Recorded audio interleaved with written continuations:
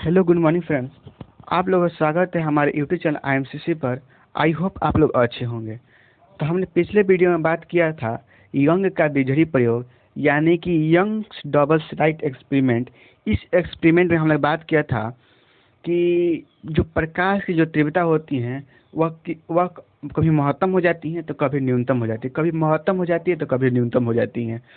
तो इसी एक्सपेरिमेंट को हमने बताया था और आज ही इस एक्सपेरिमेंट के द्वारा एक क्वेश्चन आया। वह क्वेश्चन हमारा है फ्रिज में चौड़ाई। तो चलिए, हमने कल एक्सपेरिमेंट किया था, उस एक्सपेरिमेंट को हमने आज इसके बारे में बात करना है और उन्हीं के सहायता से आज इसके बीच क्या फ्रिज में चौड़ाई का क्या फार्मूला होगा, क्या उसी को हम लोग क्या करेंगे, फाइंड करेंगे। तो चलिए तो देखिए, हमने यही बताया था। मान लीजिए कि ये हमारा ये स्लेट है, ठीक। तो हम इस स्लेट पर बताया था कि जब प्रकाश आ रही है तो कहीं महत्तम होती है तो कहीं न्यूनतम होती है, कहीं महत्तम होती है तो कहीं न्यूनतम होती है। यानी कहीं ब्राइट होती है तो कहीं डार्क होती है, कहीं ब्राइट होती है तो कहीं डार्क होती है। तो हमने यही बताया था कि कहीं ब्राइट होगी तो कहीं डार्क होगी। तो देखिएगा ज़रा कि ये जो दो ब्राइट है और इन्हीं दो ब्राइट के बीच जो पाथ डिफरेंस होगा, जो पाथ डिफरेंस होगा, इसी पाथ डिफरेंस को ही हम लोग बोलते हैं फ्रिज में चौड़ाई। क्लियर? अर्थात हम लोग बोल सकते हैं ये जो अदीप्त है यानी कि अदीप्त बैंड की बीच की दूरी को भी हम लोग बोल सकते हैं क्या, पाथ डिफरेंस। और जब हम लोग फाइंड करेंगे तो पता चलेगा कि दोनों का पाथ डिफरेंस क्या होता है, सेम ही होता है। ठीक है, तो हम लोग इस वीडियो में ओवरऑल कंप्लीट करेंगे। तो फर्स्ट ऑफ ऑल हम लोग ये करेंगे कि सबसे पहले हमें ये समझना होगा कि ये मान लीजिए कि ये दो ब्राइट है, तो दो ब्राइट के बीच जो पाथ डिफरेंस हो रहा है, इसी डिफरेंस को हम लोग बोलते हैं क्या, फ्रिज में चौड़ाई। तो हम फिगर तो बाद में बनाएंगे, सबसे पहले हम इसका डिफिनेशन लिख लेते हैं। तो चलिए, तो लिखिए, दो क्रमागत मतलब समझते हैं ना, लगातार दो क्रमागत दीप्त तथा दो क्रमागत दीप्त तथा अदीप्त, दो क्रमागत दीप्त तथा अदीप्त बैंडों की बीच की दूरी को, दो क्रमागत दीप्त तथा अदीप्त, दो क्रमागत दीप्त तथा अदीप्त, दो क्रमागत दीप्त तथा अदीप्त बैंडों की बीच की दूरी को फ्रिज में चौड़ाई कहा जाता है। तो चलिए देखिएगा, सबसे पहले हम लोग फिगर बनाते हैं।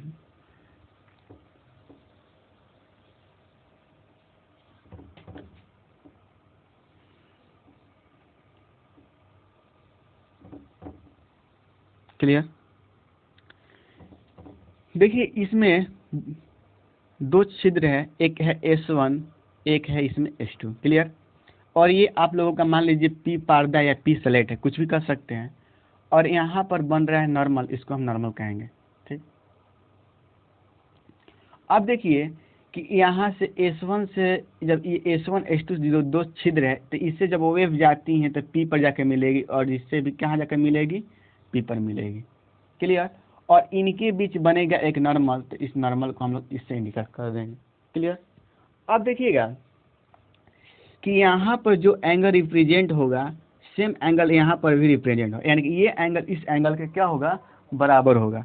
अब देखिएगा, यहाँ से हम एक लाइन ड्रॉप करते हैं, ठीक।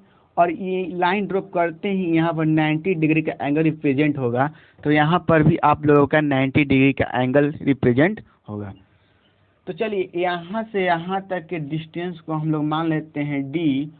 क्लियर? और यहाँ से यहाँ तक की डिस्टेंस को मान लेते हैं X। और यहाँ से ये जो S1 S2 जो छिद्र है, यहाँ से यहाँ तक के डिस्टेंस को मान लेते हैं छोटा d, यानी कि स्मॉल d। चलिए, फिगर को नोट कीजिए, ये हमारा A हो गया।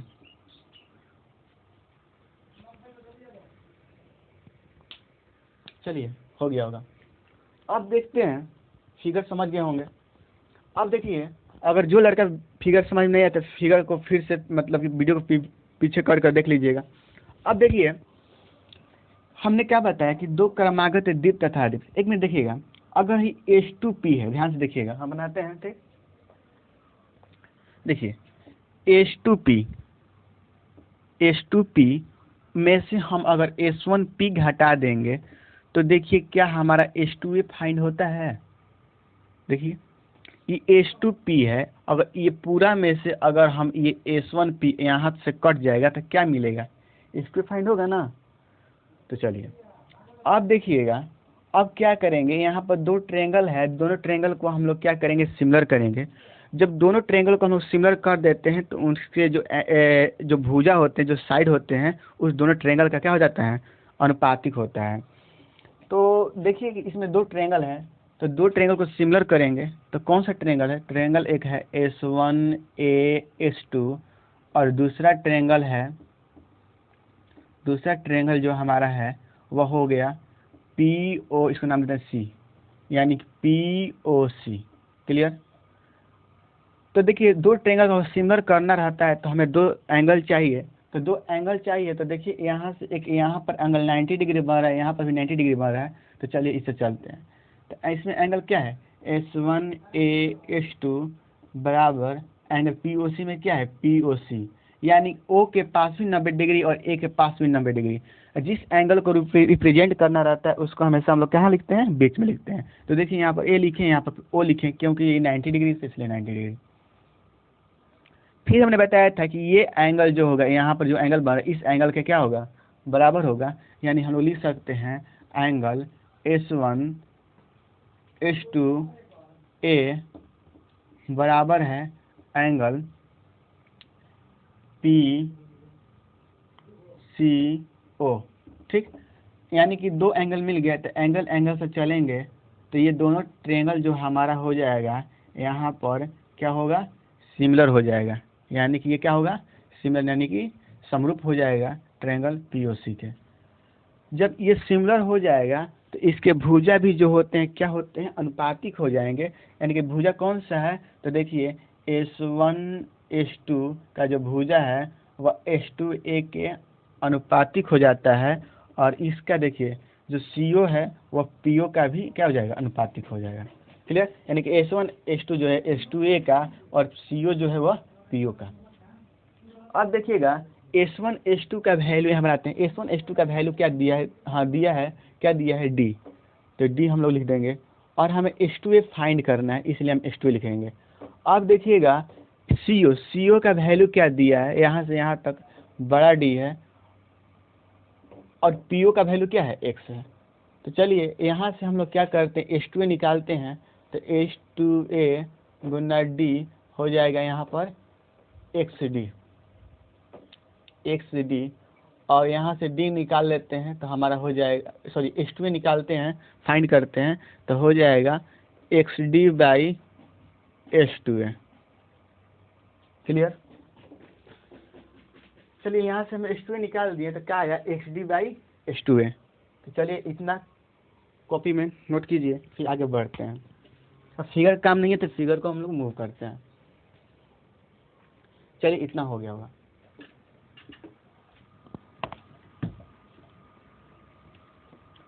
अब देखिएगा, ध्यान से देखिएगा, देखिए इसको इक्वेशन 1 कर लीजिएगा।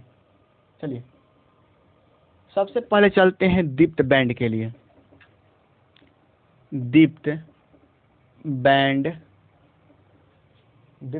के लिए, तो दीप्त बैंड के लिए चलेंगे तो इसके लिए हमें चलना होगा समपोषी व्यतिकरण, यानी कि समपोषी व्यतिकरण।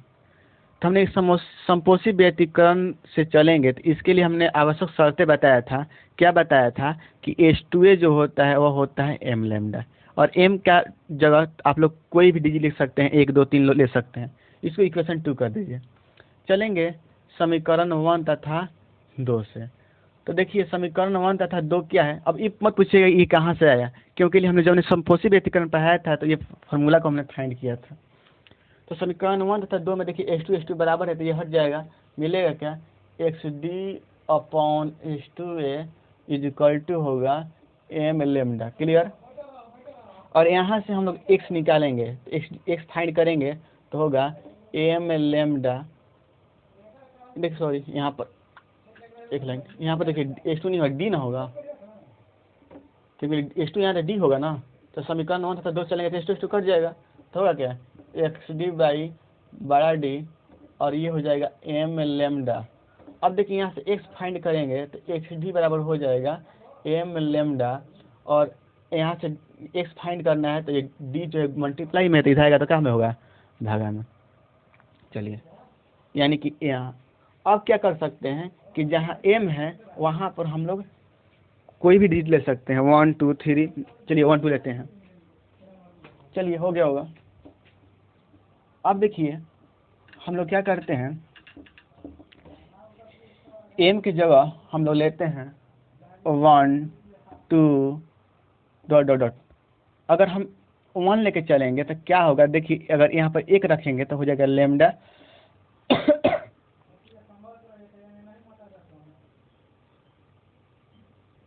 यहाँ डी ना होगा जी, क्योंकि डी यहाँ से मल्टीप्लाई हुआ है ना।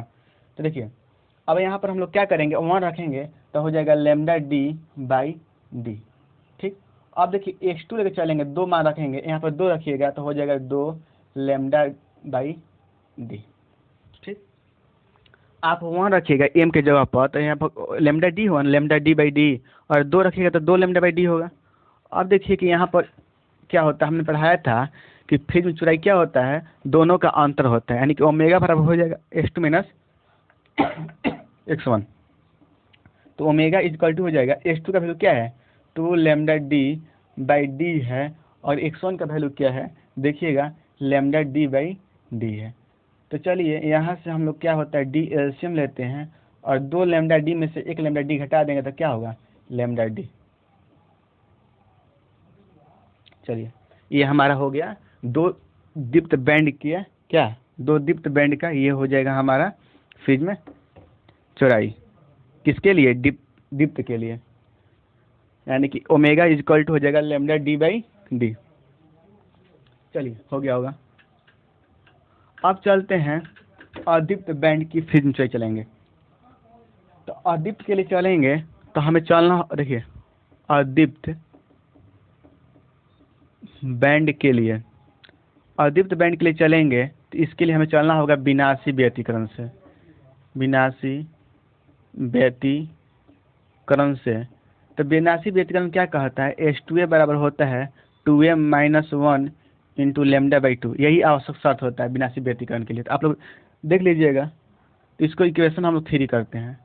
तो समीकरण 1 तथा 3 से चलेंगे तो देखिएगा H2 क्या है, बराबर ये कट जाएगा, कटने पर क्या आएगा, XD by D is equal to 2m minus 1 lambda by 2। Clear, हमें यहाँ से x फाइंड करना है तो इसलिए हम लोग यहाँ से x फाइंड करेंगे।